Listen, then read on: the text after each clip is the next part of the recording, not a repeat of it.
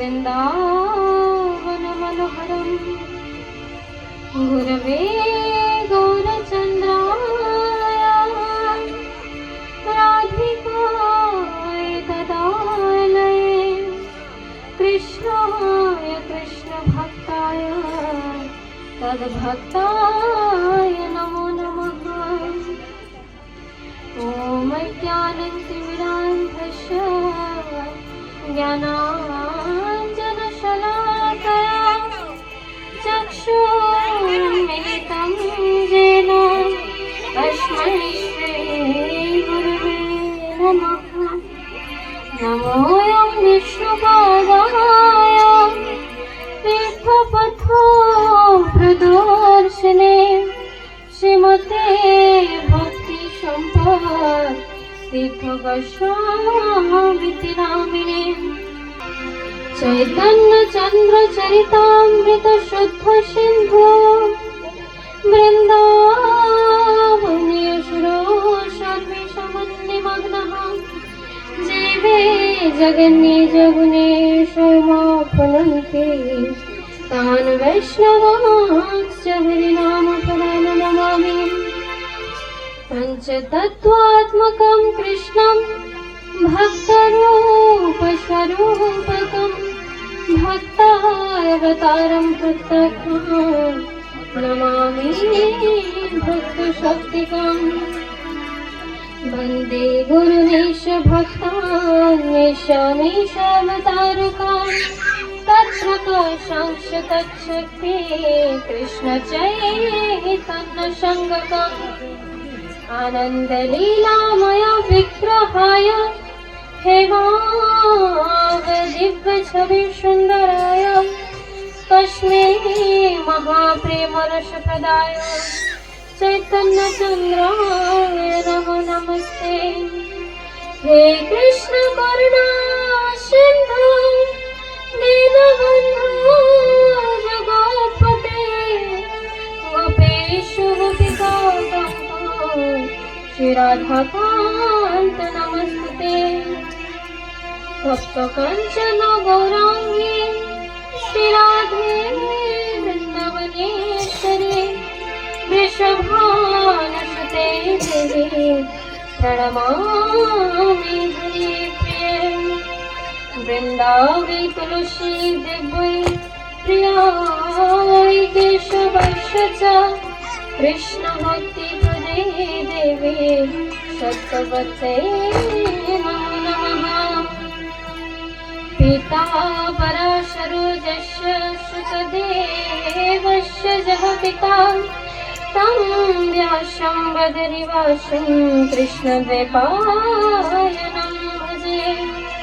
यं प्रपजन्तमनुपेतमपेतकृत्यं द्वैपायनविरहकातराजुहाव पुत्रेति तन्माता विनिन्दोस्तं सर्वभूतहृदयं मन्मानतोऽस्मि। तमादिदेवं करुणानिधानं तमालवर्णं शुभितावतारम् अपार संसारसमुद्रसेतुं भजामहे भागवतस्वरूपम्। श्रीकृष्ण चैतन्य प्रभु नित्यानन्द श्री अद्वैत गदाधर शिवासादि श्री गौरभक्तवृन्द। हरे कृष्ण कृष्ण कृष्ण हरे हरे हरे राम राम राम हरे हरे। हरे नाम हरे नामेव केवलं कलो नास्ति वनास्ति আশীর্বাদেতে এখানে আবার আপনাদের ভক্তদের প্রেমের দ্বারাই এখানে আবার আমরা সবাই শ্রীমদ্ ভাগবত মহাপুরাণ কথামৃত শ্রবণ করার সুযোগ পেয়েছি। গতকাল যখন এসেছিলাম শ্রীহরি মন্দিরেতে শ্রীমদ্ ভাগবত কথামৃত আমরা শ্রবণ করেছিলাম এবং আজকেও এই বসন্ত পঞ্চমী সরস্বতী পূজার উপলক্ষে আমরা শ্রীমদ্ ভাগবত মহাপুরাণ কথামৃত শ্রবণ করতে চলেছি। যেভাবে গতবার যখন এসেছিলাম আমি বলেছিলাম যে যে কোনো কার্য হচ্ছে হরিনাম ছাড়া সম্পূর্ণ হয় না। যজ্ঞ দানম তপ হোমম স্বাধ্যায় পিতৃতর্পণম ব্যর্থমেব ভবেৎ সর্বং হরিনাম বিনা কীর্তন। বলছে যজ্ঞ দান তপ হোম অধ্যয়ন বা পিতৃতর্পণ যে কোনো কার্য করছো, বলছে তার আদি এবং অন্ততে যদি হরিনাম সংকীর্তন না হয়, হরি কথা যদি না হয়, তাহলে সেই যে আমরা অনুষ্ঠান করলাম তার কোনো ফলাফল হয় না। এই জন্য অনেক আমাদের শ্রীহরির অনেক কৃপা, গুরুদেবের অনেক কৃপা যে আজকে আমরা সবাই এই বসন্ত পঞ্চমীর উপলক্ষে আমরা শ্রীহরি কথা শ্রবণ করছি। তো এই বসন্ত পঞ্চমীর দিন সব জায়গাতে আমরা জানি মা সরস্বতী দেবীর পুজো হয়, তিনি পূজিত হন। সরস্বতী দেবীকে এত হাল্লা কেন হচ্ছে? সব মায়েরা মনে হচ্ছে ভান্ডারা খেয়ে এখানে মনে হচ্ছে যে ধরে বেঁধে বসিয়ে দিয়েছে।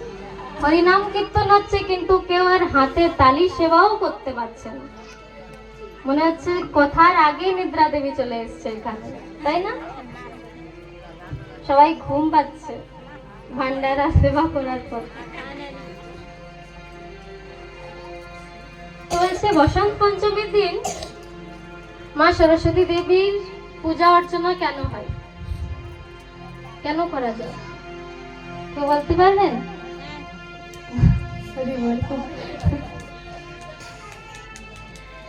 এই দিন বিশেষত আমরা জানি যে আজকে সরস্বতী পূজা এবং মাঘ মাসের শুক্লপক্ষিয়া পঞ্চমী তিথির থেকে বসন্ত ঋতু আরম্ভ হয়ে যায়। কিন্তু আধ্যাত্মিক জগতে বলছে এখানে শ্রী রাধা কৃষ্ণের সেই গোলকের প্রেমধন তিনি এখানে দিয়ে গেছেন।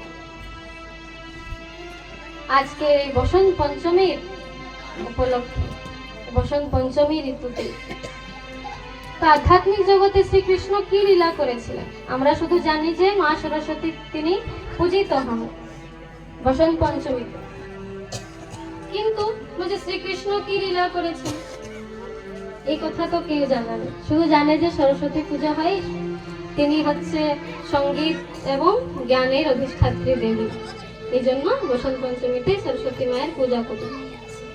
কিন্তু আমাদের এই গৌড়ীয় বৈষ্ণব সম্প্রদায়তে আমাদের অনেক বৈষ্ণব মহান আচার্য তিরোভাব এবং আবির্ভাব তিথি হয়।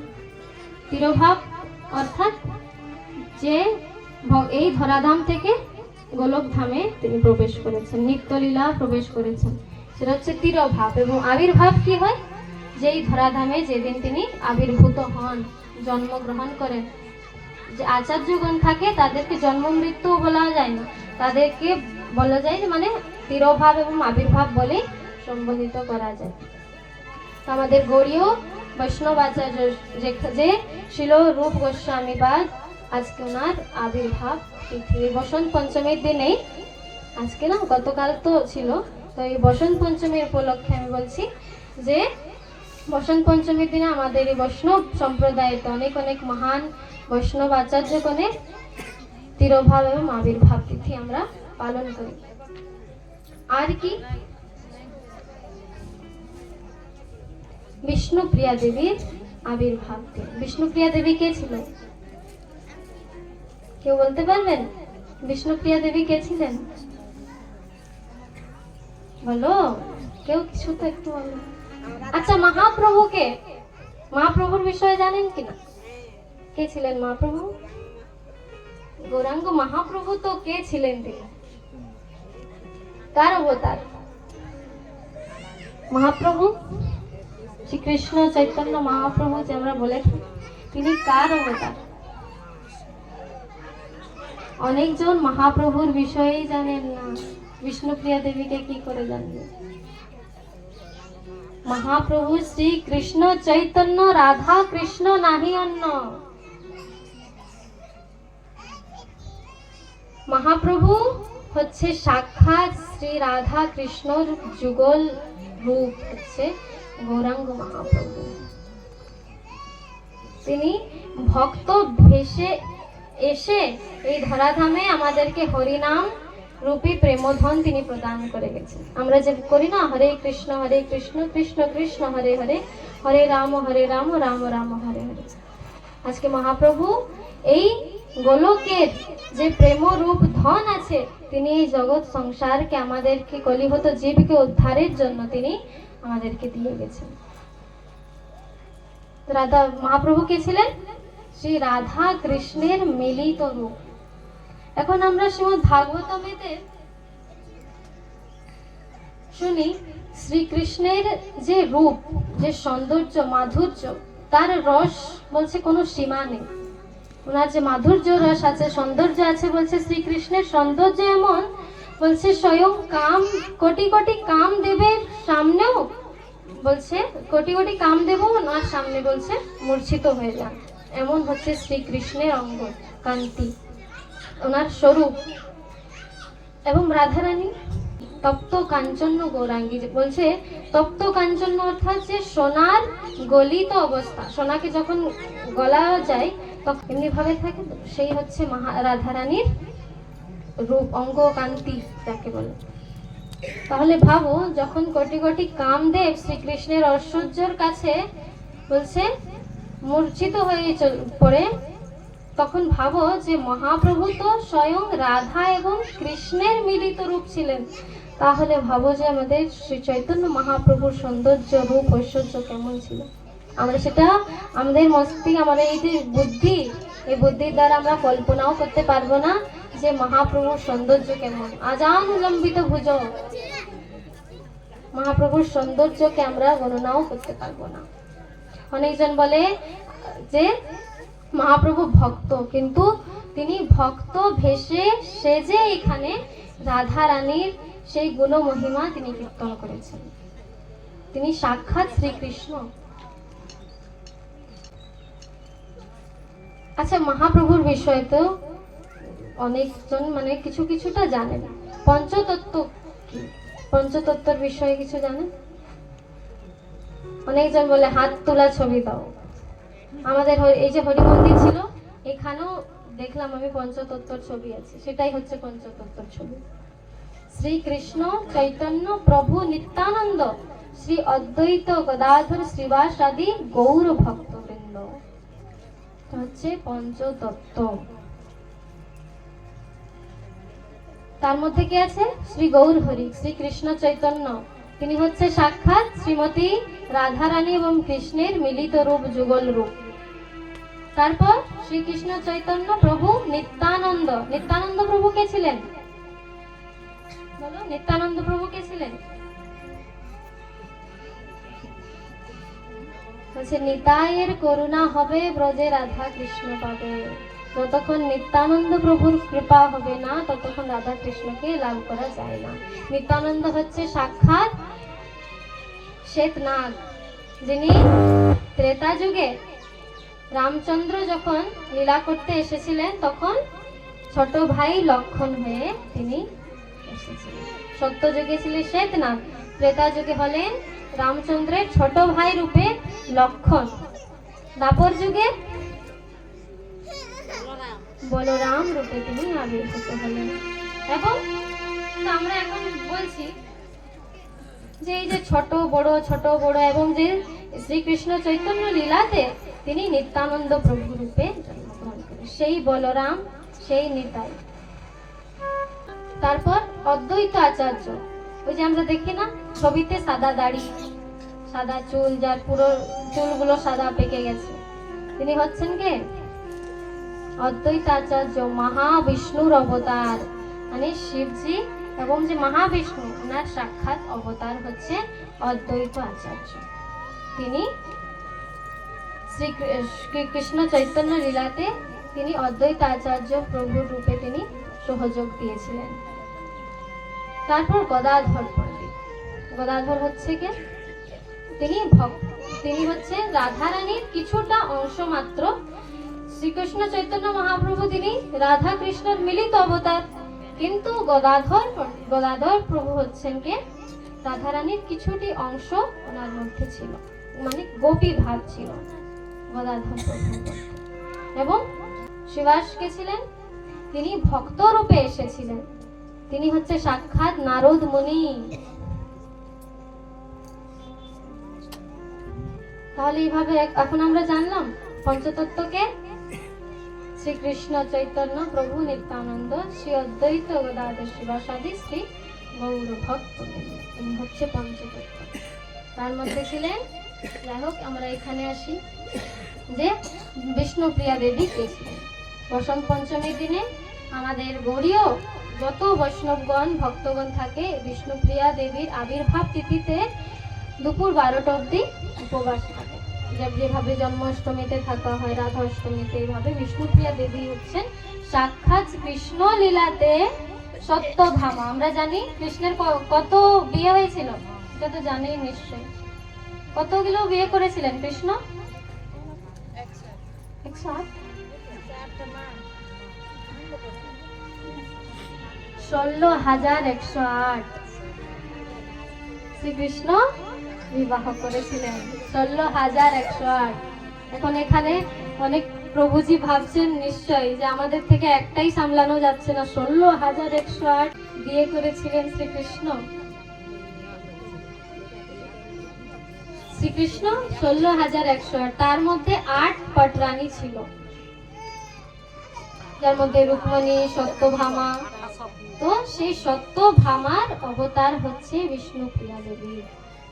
কৃষ্ণ লীলাতে ছিলেন সত্যভামা এবং গৌর লীলাতে হলেন বিষ্ণুপ্রিয়া দেবী। এবং আমরা দেখি যে রামচন্দ্র অযোধ্যাতে জন্মগ্রহণ করেছিলেন এবং সীতা দেবী মিথিলাতে। কৃষ্ণ দ্বাপর যুগে মথুরাতে জন্মগ্রহণ করলেন এবং রাধারানী কোথায় বলো? না, বরসানা, রাবল। রাধারানীর জন্মস্থান হচ্ছে রাবল, বরসানায় তিনি পরে চলে গেলেন, সেখানে নিবাস করতেন, কিন্তু জন্ম হয়েছিল রাবল। ঠিক আছে, তো কৃষ্ণের জন্ম হয়েছিল কোথায়? মথুরাতে, এবং রাধারানী রাবল। কিন্তু মহাপ্রভু জন্মগ্রহণ করে নবদ্বীপে এবং বিষ্ণুপ্রিয়া দেবীও নবদ্বীপেই জন্মগ্রহণ করে। এখন মহাপ্রভুর কটা বিয়ে করেছিলেন? দুটো। প্রথম স্ত্রী ছিলেন লক্ষ্মীপ্রিয়া দেবী, কিন্তু ওকালে তিনি নিত্যধামে গমন করলেন লীলা সম্পন্ন করে। তারপর দেখলেন সচিমা, নিমায়ের মা, মহাপ্রভুর মাতা, তিনি চিন্তা করতে লাগলেন যে নিত্যানন্দ প্রভু তো অনেক ছোটবেলায় সন্ন্যাস গ্রহণ করে তিনি চলে গেলেন, এখন বড় ভাইয়ের পথ দেখে ছোট ভাইও যদি বলছে সন্ন্যাস নিয়ে নেয় তাহলে আমার সংসার কেটে। এই দুশ্চিন্তায় সচিমা বললেন যে আমি নিমায়ের বিয়ে দিতে চাই, দ্বিতীয় বিয়ে দিতে চাই। তখন নবদ্বীপে শ্রী সনাতন মিশ্র কে ছিলেন? সত্যভামার বাবা কে ছিলেন সত্রাজিৎ, উনি সনাতন মিশ্র হয়ে নবদ্বীপে জন্ম অবতার নিলেন। সেই সনাতন মিশ্রের মেয়ে হয়ে এসলেন বিষ্ণুপ্রিয়া দেবী এবং ওনার সঙ্গে বিয়ে করলেন মহাপ্রভু। তো তিনি হচ্ছে কে ছিলেন বিষ্ণুপ্রিয়া দেবী? এবার বলো। মহাপ্রভুর দ্বিতীয় স্ত্রী ছিলেন বিষ্ণুপ্রিয়া দেবী, তিনি হচ্ছে সত্যভামারই অবতার। এবার বলবেন না তো? রাধে রাধে। তো এই হলো একটা লীলা। এবং এই বসন্ত পঞ্চমীতে শ্রীকৃষ্ণ আরেকটি অদ্ভুত লীলা করেছিলেন, যার বিষয়ে আজকে আমরা শ্রবণ করব। এটা হচ্ছে আধ্যাত্মিক বলতে গেলে, মানে শ্রীকৃষ্ণ লীলা হচ্ছে সম্পূর্ণ। এবং শ্রীকৃষ্ণ অনেক রকমের লীলা করেছেন, মথুরাতে লীলা করেছেন, গোকুলেতে লীলা করেছেন, হস্তিনাপুরে লীলা করেছেন, দ্বারিকায় লীলা করেছেন, কিন্তু বলছে সর্বশ্রেষ্ঠ, সমস্ত লীলার সর্বশ্রেষ্ঠ লীলা হচ্ছে কি? শ্রীকৃষ্ণের রাসলীলা। এই হচ্ছে রাসলীলা।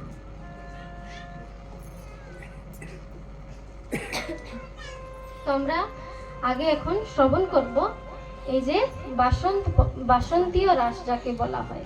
শাস্ত্রে শ্রীমদ্ ভাগবত মহাপুরাণেতে শারদীয় রাস ব্যাখ্যা করা আছে, যেটা কখন হয়? কার্তিক পূর্ণিমা। শারদীয় পূর্ণিমার থেকে কার্তিক পূর্ণিমা আমাদের আরম্ভ হয়। সেই শারদীয় রাসে শ্রীকৃষ্ণ করেছিলেন রাসলীলা, এবং একটি এই বাসন্তীয় রাসলীলাও করেছিলেন, যেটা মানে স্পষ্টভাবে ব্যাখ্যা করা নেই পুরাণেতে। কিন্তু শ্রী শ্রী চৈতন্য চরিতামৃততে শ্রীকৃষ্ণ চৈতন্য মহাপ্রভু এবং রায় রমানন্দ প্রভুর মধ্যে এই কথার বিশেষভাবে বর্ণনা করা আছে।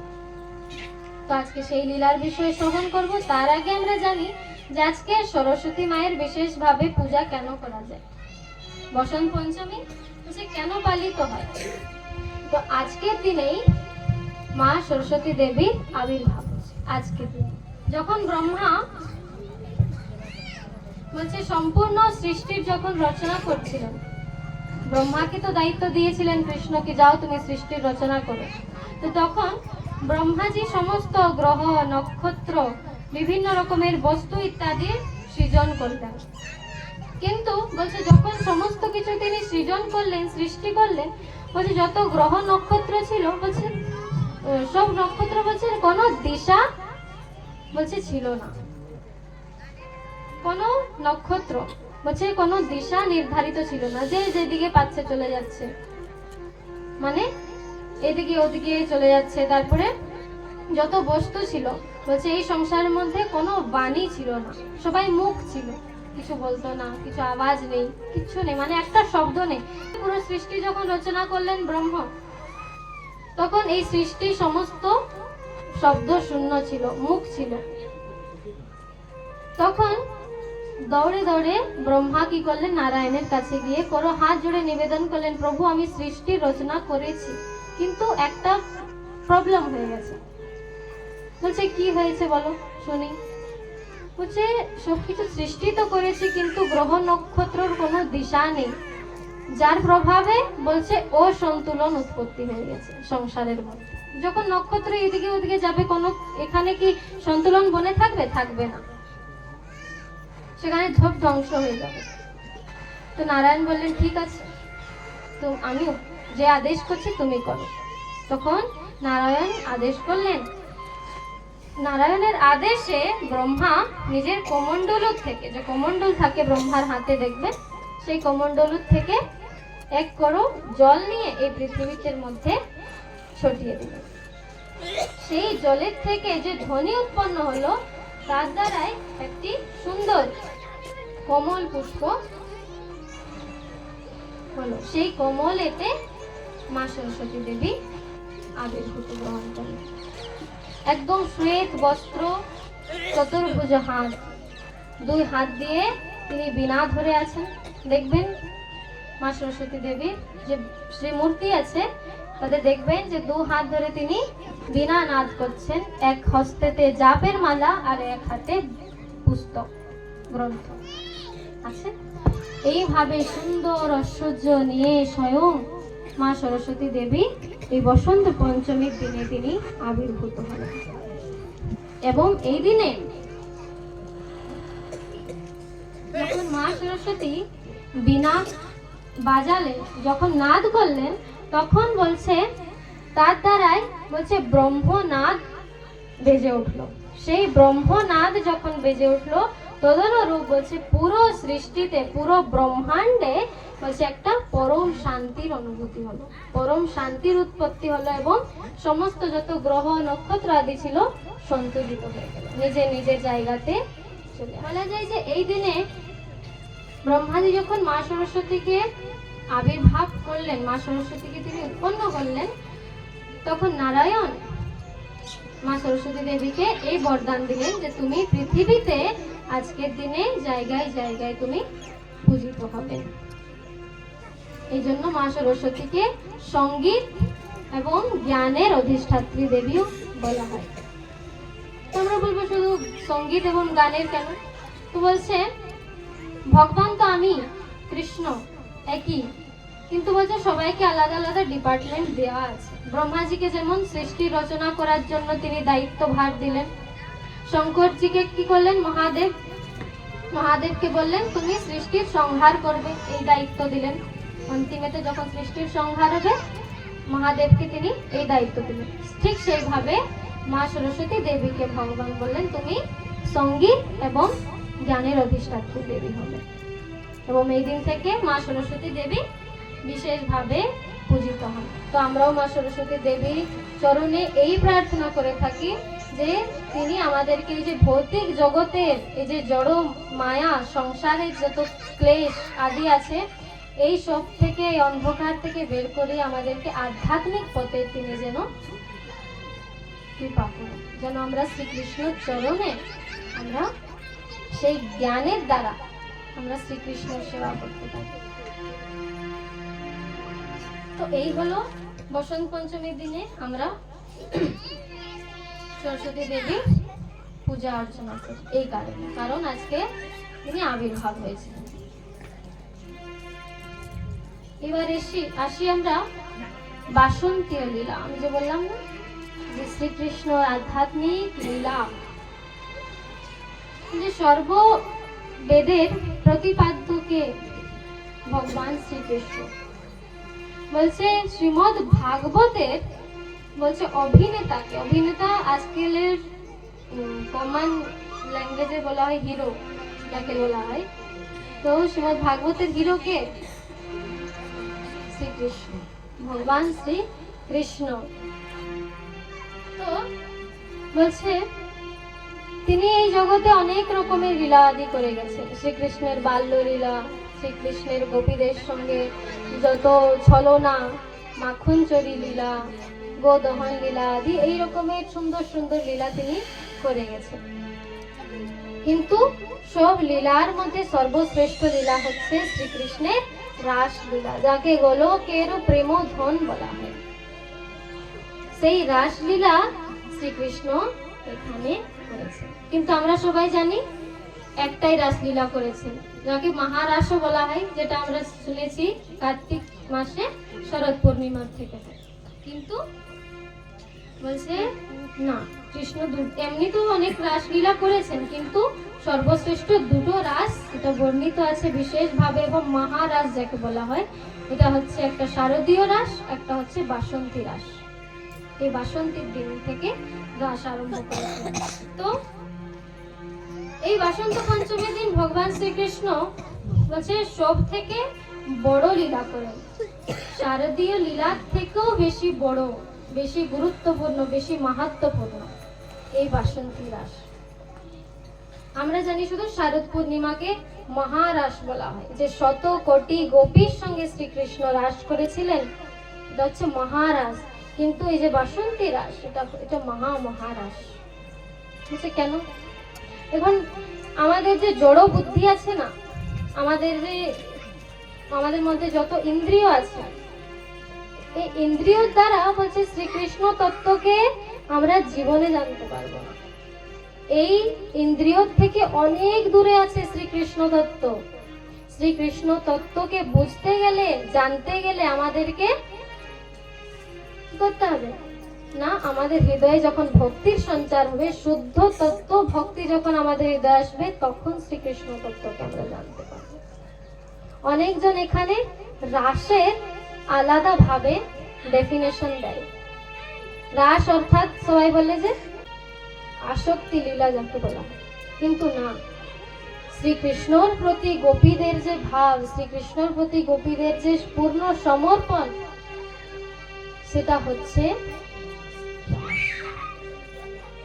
যে গোপীগণ পুরো মন কর্ম বচন থেকে বলছে শ্রীকৃষ্ণময় হয়ে গেছে, বলছে কৃষ্ণ ছাড়া তাদেরকে আর কিচ্ছু ভাল লাগছে না।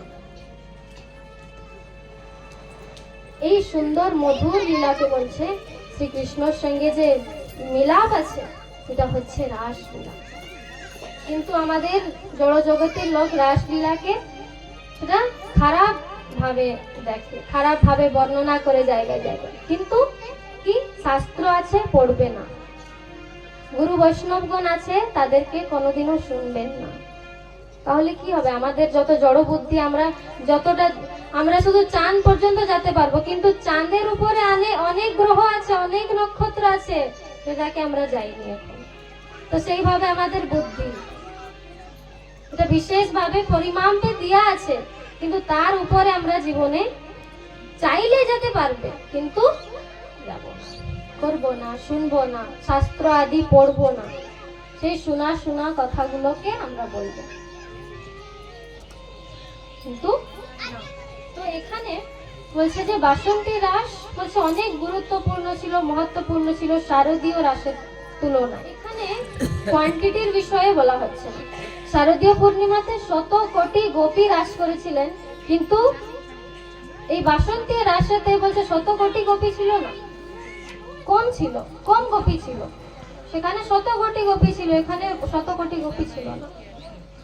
এখানে কোয়ান্টিটির বিষয়ে বলা হচ্ছে না, এখানে বলা হচ্ছে অনেক গভীর, অনেক গভীর, যেটা এই যে বাসন্তী রাস আমি বললাম না, অনেক জায়গাতে বর্ণনা করা নেই। তো এই রাসে বলছে সেটা অনেক গভীরের বিষয়। আপনারা যদি মন দিয়ে শুনবেন তাহলে নিশ্চয়ই বুঝতে পারবেন। তো বলছে যে শারদীয় পূর্ণিমাতে যে রাস হয়েছিল, যখন সমস্ত গোপীগণ সম্মিলিত হয়ে শ্রীকৃষ্ণের সঙ্গে লীলা আদি করছে। আচ্ছা, গোপী কে বলো তো? গোপী কাকে বলা হয়?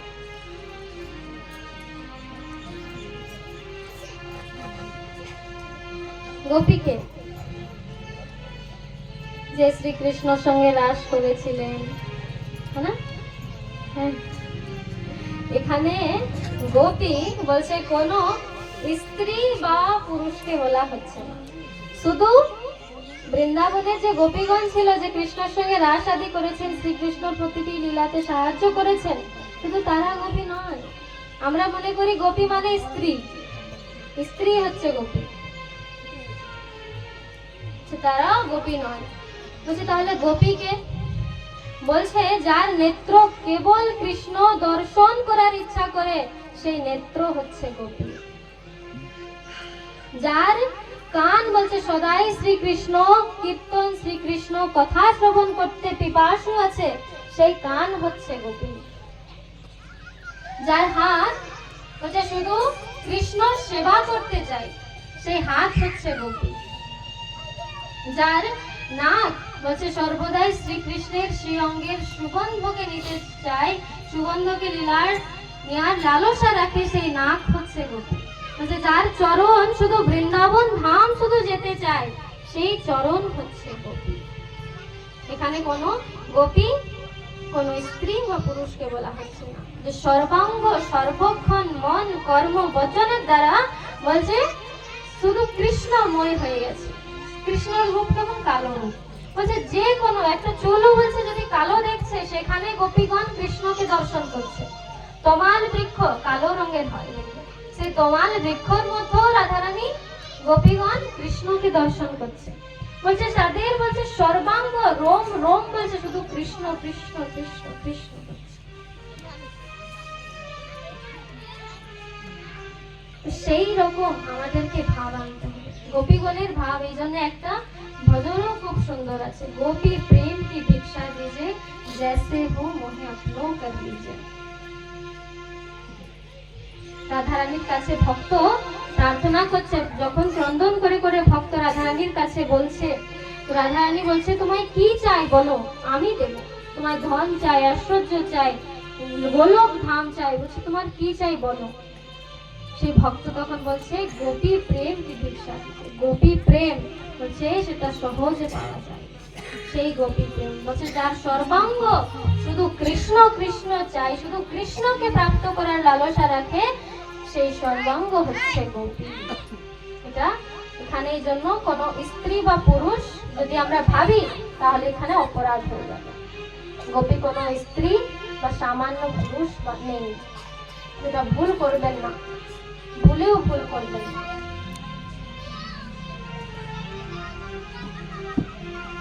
গ্রন্থতে বর্ণনা আছে যখন শ্রীকৃষ্ণ মৎস্য অবতার গ্রহণ করেন, মৎস্য অবতার গ্রহণ যখন করলেন তখন সে সমুদ্রতে নানা রকমের যে মৎস্য ছিল, মৎস্য অর্থাৎ কি মাছ, তোমরা বলি মাছ, তো যত মাছ ছিল বলছে শ্রীকৃষ্ণ সৌন্দর্য দেখে, অঙ্গকান্তি দেখে তিনি মোহিত হয়ে গেছিল।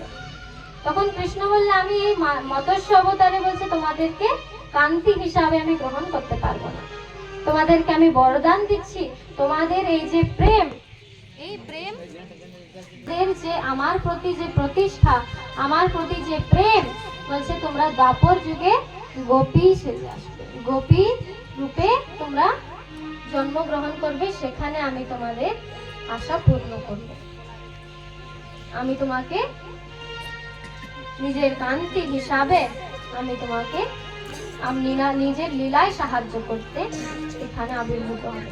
তারপর বলছে যখন কৃষ্ণ কচ্ছপ অবতার গ্রহণ করেন তখন অনেক নানা রকমের কচ্ছপীগণ বলছে শ্রীকৃষ্ণের সৌন্দর্যতে মোহিত হয়ে যায়। তখনও কৃষ্ণ কচ্ছপীগণকে তিনি বরদান দিলেন যখন আমি দ্বাপর যুগে কৃষ্ণ হয়ে আসবো তোমরা গোপী সেজে আসবে। এমনকি বলছে যখন রাম অবতারে ভগবান রাম মা সীতাকে নিয়ে দণ্ডকারণ্য বনে যখন রমণ করছিলেন তখন বলছে যে অনেক তপস্বী বড় বড় ঋষি মুনিগণ তপস্যা করছিলেন। তখন রামচন্দ্রের সে অঙ্গ কান্তি দেখে, ঐশ্বর্য দেখে যত ঋষি মুনি যে তপস্যা করছে বনে, সব ঋষি মুনিগণ রামচন্দ্রের উপরে মোহিত হয়ে যান এবং বললেন হে প্রভু আমাদেরকে নিজের কান্তি হিসাবে তুমি স্বীকার করো। তখন কৃষ্ণ বললেন আমি তো রামচন্দ্র, মর্যাদা পুরুষোত্তম আমাকে বলা হয়, আমি একটু মর্যাদিত এখন আছি, এইভাবে এই লীলাতে আমাকে ক্ষমা করবেন, এই লীলাতে আমি তোমাদেরকে কান্তি হিসাবে স্বীকার করতে পারবো না, কিন্তু তোমাদের আমার প্রতি বলছে প্রেম নিষ্ঠা ভক্তি দেখে আমি অনেক প্রসন্ন হয়েছি, অনেক সুখী হয়েছি, তোমরা দ্বাপর যুগে কৃষ্ণ রূপ যখন আমি গ্রহণ করে অবতার নিব, কৃষ্ণ রূপে যখন অবতার গ্রহণ করব তখন তোমরা গোপী ভেষে অবতার গ্রহণ করবে। তখন সেই ঋষিমুনিগণকেও তিনি বরদান দিলেন। আর কি এখানে শত কোটি গোপী বিষয়ে বর্ণনা করছে, মৎস্যগণ, কচ্ছপীগণ, ঋষিমুনিগণ, এবং বলছে এমনকি যত আমাদের বেদ আছে, আমাদের 4টি বেদ আছে, সেই বেদের যে এক একটা অক্ষর যে লেখা আছে না, সেই এক একটি অক্ষর যে ঋচা, যে শব্দ যাকে বলা হয়, সেই একটা অক্ষর কৃষ্ণর সম্মুখে করজোড়ে নিবেদন করলেন যে হে কৃষ্ণ আমাদেরকে কৃপা করো, লোক শুধু আমাদেরকে স্বাহা স্বাহা বলে আগুনে আহুতি দিচ্ছে, তাছাড়া আর আমাদের কোনো দেখছি গতি নেই, সারা জীবন বলছে আমরা শুধু লোকের জন্য স্বাহা স্বাহা হয়ে আহুতি দিচ্ছি। সেই যে এক একটি শব্দ, বেদের এক একটি শব্দ বলতে লাগলো যে হে প্রভু আমাকে কৃপা করো।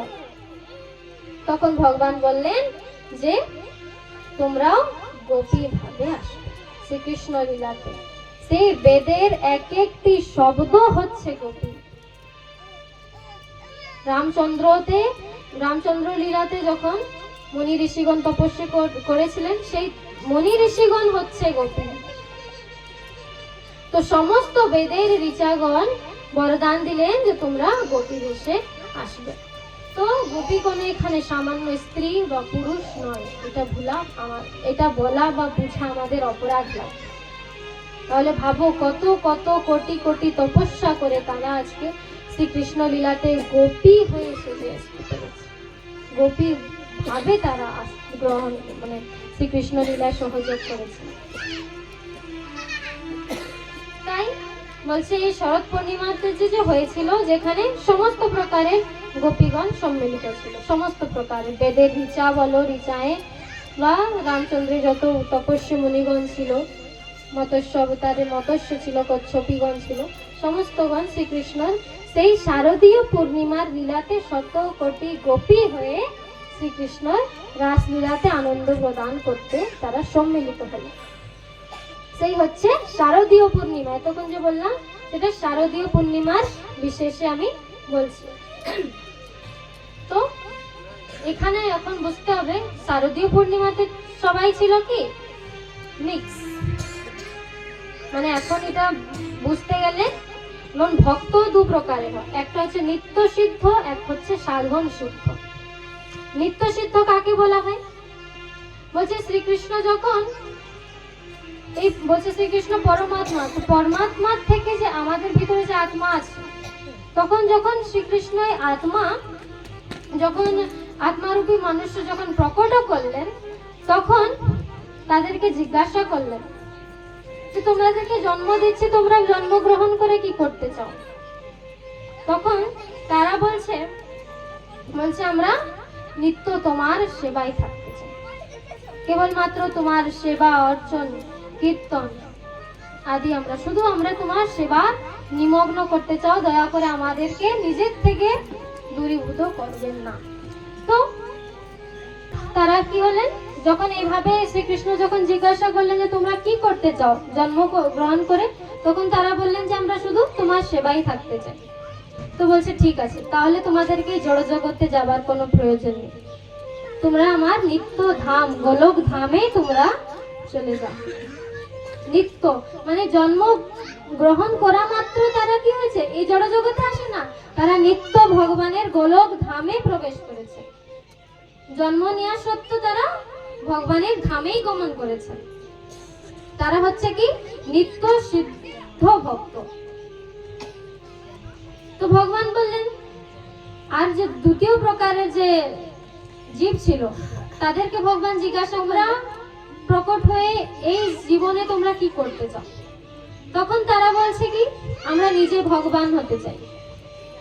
এটা দেখো শাস্ত্রের খুব গভীর বিষয়, যেটা মানে অনেক বলে না অনেক ডিফিকাল্ট গুহ্য কথা, সেটাকে আমি সঠিকভাবে আপনাদেরকে বোঝাবার চেষ্টা করছি। কারণ শাস্ত্রের বিষয় নিয়ে যদি আমি বোঝাতে যাব আমি নিজেও বুঝতে পারবো না তোমাদেরকে কি করে বোঝাবো। এই জন্য সেটা আমি এক্সাম্পল দিয়ে যত সঠিকভাবে তোমাদেরকে বোঝাবার চেষ্টা করছি। তো মন দিয়ে শুনলে নিশ্চয়ই বুঝতে পারবে। তো দু প্রকারের ভক্ত, নিত্য সিদ্ধ এবং সাধন সিদ্ধ। নিত্য সিদ্ধ যে কে, যারা জন্মগ্রহণ মানিয়া মাত্র শ্রীকৃষ্ণর ধাম চলে গেল, এই ধরাধামে লীলা করতে আসলো না, সে হচ্ছে নিত্য সিদ্ধ। এবং দ্বিতীয় প্রকারের যে জীব ছিল তাদেরকে যখন জিজ্ঞাসা করলো তোমরা কি করবে, তখন তারা বলছে আমরা নিজে ভগবান হতে চাই। কেন তুমি শুধু সেবা নিবে, তুমি শুধু চাও যে আমাকে ভক্তরা আমার হাত এরকম হাত জোড়ো করে আমার সামনে এনি টাইম আমার সেবা অর্চনা করুক, ঠিক আছে, কিন্তু বলছে আমরাও পূজিত হতে চাই। এই দ্বিতীয় প্রকারের যে জীবন, তো দেখো একটি আছে, সে হচ্ছে আমি। দ্বিতীয় এব না কই, বলছে এক এব অদ্বিতীয়, বলছে ভগবান একমাত্র আমি আছি, বলছে আর কেউ ভগবান হতে পারে না। ভগবান শুধুমাত্র কেবল একটাই আছে, সেটা হচ্ছে আমি। এখন আমরা মনে করব রাম ভগবান হয়, পরশুরাম অবতার নিয়ে এসেছিলেন, এমনকি ব্যাসদেব শ্রীকৃষ্ণের সপ্তাবেশ অবতার হচ্ছে। ব্যাসদেব যিনি শ্রীমদ্ ভাগবতম রচনা করেছেন, তিনি হচ্ছে ব্যাসদেব, শ্রীকৃষ্ণের সপ্তাবেশ অবতার। কিন্তু ভগবান হচ্ছে কে, স্বয়ং শ্রীকৃষ্ণ, একলা সত্য কৃষ্ণ, বাকি সব মিথ্যা। এখানে বলার অর্থ হচ্ছে শ্রীকৃষ্ণই শুধু ভগবান। তো বলছে ভগবান কে, বলছে শ্রীকৃষ্ণকে আমরা ভগবান কেন বলি? রামও তো আছে, রামচন্দ্র আছেন, বিষ্ণু আছেন, মহাবিষ্ণু আছেন, গর্ভদকশাই বিষ্ণু আছেন, ক্ষীরদকশাই বিষ্ণু আছেন, কিন্তু বলছে শ্রীকৃষ্ণকে শুধু আমরা ভগবান কেন বলছি? তো বিষ্ণু পুরাণে খুব সুন্দরভাবে বিশ্লেষণ করা আছে যে ভগবান কে। বলছে এস্য যস্য সমগ্রস্য ধর্মস্য যশস্য শ্রেয় জ্ঞান বৈরাগ্য যশ্চৈব শরণাম ভগ ইতি রাম। বলছে কি সমগ্র ঐশ্বর্য, ধর্ম, যশ, শ্রী, জ্ঞান ও বৈরাগ্য, এই ছয়টি তত্ত্ব বলছে যার মধ্যে আছে সেই হচ্ছে ভগবান। ভগবান কি কি?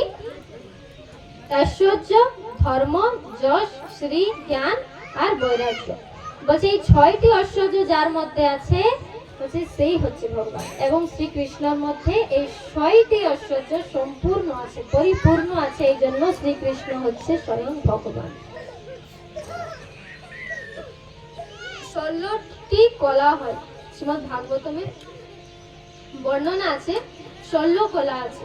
শ্রীকৃষ্ণের মধ্যে সম্পূর্ণ ১৬ কলা উপস্থিত আছে। রামচন্দ্রের মধ্যে ১৪ কলা ছিল।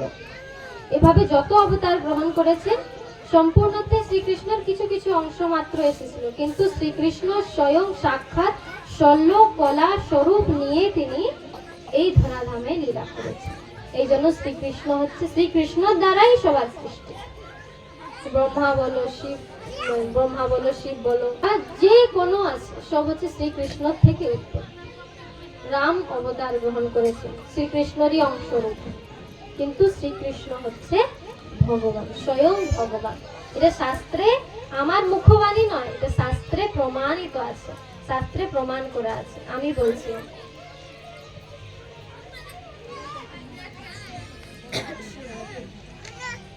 তো আমরা কি শ্রবণ করছিলাম যে দ্বিতীয় প্রকারের ভক্ত, সাধন সিদ্ধ ভক্ত। যখন ভগবান যখন সেই জীব বলল যে আমরা ভগবান হতে চাই, তখন ভগবান অনেক মানে চেষ্টা করলো বুঝাবার, যে দেখো বাবা তোমরা ভগবান হতে পারো না, ভগবান শুধু কেবলমাত্র আমি আছি, একলা আছি, আর কেউ ভগবান হতে পারবে না। বলছে না, আমরা ভগবান হতে চাই, আমরাও পূজা নিতে চাই, আমরাও চাই যে আমাদেরকে সেবা করবো, আমরাও সংসার করব, আমরাও যেন পূজিত হয়। ভগবান এইভাবে অনেক বিশেষভাবে করে বোঝাবার চেষ্টা করলেন, কিছু আর বুঝতে রাজি নয়। ভগবান বলছে ঠিক আছে, তাহলে তোমাদের উপায় করা যাবে।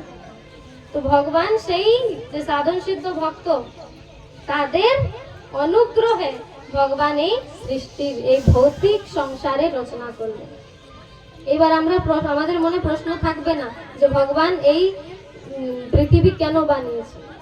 আমাদের মতন যে বুদ্ধি, ছোট বুদ্ধি লোক আমরা যে নিজে ভগবান হতে চাইছি, বলছে যাও তোমাদের মনোভীষ্ট পূর্ণ হবে, তুমি সংসারে যাও, তোমাদের ঘরের ভগবান হও। তোমরা নিজের বাড়িতে একটা বলে না মুখিয়া আছে, কোনো বাড়িতে মাতাজিও থাকে, কোনো বাড়িতে প্রভুজি দাও ওরাও থাকে।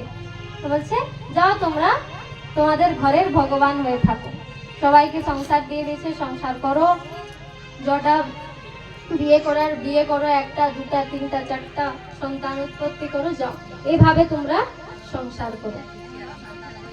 যেভাবে বলছে না আমাদের যখন বাচ্চাগণ যখন তাদের এক্সাম হয়, পরীক্ষার সময় আসে, তখন আমরা বলি আরে যাও বাবা পড়াশোনা করো, এক্সাম আসছে, পড়তে হবে। বলে না না আমি এখন খেলতে চাই, এই পড়াশোনা আমার দ্বারা হবে না, আমি খেলতে চাই। অনেক মা বাবা অনেক বলে বলে বলে বলে তারপর লাস্টে কি বলে যা পাচ্ছে। যখন খেলতে খেলতে খেলতে খেলতে যখন সে ক্লান্ত হয়ে যাবে, যখন তার লোভ যখন খেলার থেকে দূরীভূত হয়ে যাবে, তখন নিজেই পড়তে বসবে। আর বলতে যখন মা বাবা একদম ঠিক হয়ে যাবে, যা যা খেলবি, যা পাচ্ছি করতে, আর আমি বলতে পারবো না, বলছে থাক। খেলতে খেলতে যখন মন তার থেকে সরে যাবে, তখন আবার এসে নিজেই পড়তে বসবে, আর কিছু বলবো না, থাক। ঠিক সেইভাবে ভগবান যখন আমাদেরকে অনেক বুঝাবার চেষ্টা করলেন যে তোমরা ভগবান হতে পারবে না, কিন্তু আমরা বুঝতেই রাজি না, আমরা না ভগবান হবো ভগবান হবো। ঠিক সেইভাবে আমাদেরকে সংসারে পাঠিয়ে দিলেন এবং তিনি বললেন যে যাও, যখন এই সংসারে নানা রকমের যন্ত্রণা কষ্ট ইত্যাদি থেকে যখন তোমরা একবারেই বলছে নিবৃত্ত হয়ে যাবে, যখন তোমাদের মন উঠে যাবে এই সংসারের থেকে, তখন তোমরা সাধন করে ভক্তি করে আমাকে লাভ করবে। এই হচ্ছে কি দ্বিতীয় প্রকারের ভক্ত, সাধন ভক্ত যাকে বলা হয়, যে অনেক সাধনা তপস্যা করার পর বলছে ভগবানের ভক্ত, ভক্তিকে লাভ করে বলছে ভগবানকে প্রাপ্ত করে, এনে হচ্ছে সাধন ভক্ত। এক কি ছিল নিত্য সিদ্ধ ভক্ত, যিনি জন্মগ্রহণ করা মাত্র গোলকে চলে যান, নিত্য ধামে চলে যান। এবং দ্বিতীয় হচ্ছে কি সাধন সিদ্ধ, যে এই জড়জগতে নানা রকম দুঃখ কষ্ট যন্ত্রণার থেকে নিবৃত্ত হয়ে যখন শ্রীকৃষ্ণ শরণ গ্রহণ করে এবং কৃষ্ণকে লাভ করে, সে হচ্ছে সাধন ভক্ত। এবার বুঝতে পেরেছ সাধন ভক্ত এবং নিত্য ভক্তকে। তো এই হচ্ছে সাধন ভক্ত, যে সাধনা করে ভগবানকে লাভ করেছে, হচ্ছে সাধন ভক্ত। তো ভগবান যখন লীলা করে, তো এখানে যখন কৃষ্ণ লীলাতে তিনি যখন রাসলীলাতে আসেন, তখন সমস্ত মণ্ডলী, যে বৈকুণ্ঠের লোক আছে, সমস্ত মণ্ডলীকে নিয়ে তিনি ধরাধামে আসেন। আমরা যে ভাবি না বৃন্দাবন বৃন্দাবন বৃন্দাবন, বৃন্দাবন এই পৃথিবীর কোনো টুকরো নয়। বৃন্দাবন হচ্ছে সাক্ষাৎ শ্রীকৃষ্ণের চিন্ময় জগৎ, শ্রীকৃষ্ণের গোলক বৈকুণ্ঠ ধাম হচ্ছে সাক্ষাৎ বৃন্দাবন। আমরা যে চোখে নেত্র দর্শন করে আসি, গোবর্ধন, যমুনাজি, বৃন্দাবন, মথুরা, গোকুল, এটা হচ্ছে সাক্ষাৎ শ্রীকৃষ্ণের বৈকুণ্ঠ লোক। এটা কোনো পৃথিবীর টুকরো মাটি নয়। এজন্য ভাববেন না যে বৃন্দাবন পৃথিবীর মধ্যে আছে, তো পৃথিবীর অংশ, বলছেন না, এটা হচ্ছে সাক্ষাৎ বৈকুণ্ঠ ধাম বৃন্দাবন। যে যে মাতাজিরা গেছেন, কেউ গেছেন বৃন্দাবন, আপনারা বুঝতে পারবেন যে ব্রজবাসী গণের কৃষ্ণর প্রতি ভাব, কৃষ্ণর প্রতি বলছে প্রেম যে আছে, সেটা বলছে কোনো জায়গায় নেই। দ্বারিকাতেও কৃষ্ণ বলছে লীলা করেছেন, জগন্নাথ পুরীতে আছে, কিন্তু বলছে যে রস, যে মাধুর্য, যে সৌন্দর্য, যে লীলার রসামৃত বলছে ব্রজধামে আছে, বলছে আর কোথাও। এবং আরেকটা কথা আছে, মায়াপুর নবদ্বীপ ধাম, যাকে গুপ্ত বৃন্দাবন বলা হয়। সাক্ষাৎ যেখানে গৌরাঙ্গ মহাপ্রভু লীলা করেছেন, সেটাও হচ্ছে গুপ্ত বৃন্দাবন, যাকে বলা হয় নবদ্বীপ ধাম। তো তদনুরূপ শ্রীকৃষ্ণ যখন এই ধরাধামে সমস্ত গোপীগণ সঙ্গিনী এবং যত গোবর্ধন, যমুনা আদি সমস্ত কিছু সেই বৈকুণ্ঠ ধাম থেকে এখানে রাসমণ্ডলীতে তিনি নিয়ে এসেছেন। তো আমরা জানি যে শারদীয় পূর্ণিমা, এটা ছিল কি মিক্স গোপী ছিল সেখানে। নিত্য সিদ্ধ গোপীগণ ছিল এবং সাধন সিদ্ধ গোপীগণ এই শারদীয় পূর্ণিমার রাসেতে ছিল। যে বললাম না, 100 কোটি গোপী মাধব মানে, 100 কোটি গোপী এখানে ছিল, সেখানে মিক্স ছিল, নিত্য সিদ্ধ ছিল এবং সাধন সিদ্ধ গোপীগণ ছিল। কিন্তু এই যে বাসন্তীয় রাস আছে, এখানে কেবল মাত্র নিত্য সিদ্ধ গোপীগণ সঙ্গে শ্রীকৃষ্ণ রাসলীলা করেছিলেন। এখানে 100 কোটি গোপী ছিল না, কেবল মাত্র যে যে নিত্য সিদ্ধ ছিল তারাই শ্রীকৃষ্ণের সঙ্গে লীলা করেছেন। এই জন্য এই রাস, বাসন্তী রাস হচ্ছে অনেক গোপনীয়, অনেক গভীর ব্যাপার। এখানে বলছে শারদীয় পূর্ণিমায় যে রাসলীলা করেছিলেন, শারদীয় রাস শ্রীকৃষ্ণ, যেটাকে মহারাস বলা হয়, সেটা হয়েছিল কোথায়? বৃন্দাবনে, যমুনার তীরে, যমুনার তটে, বংশী বটে যাকে বলা হয়।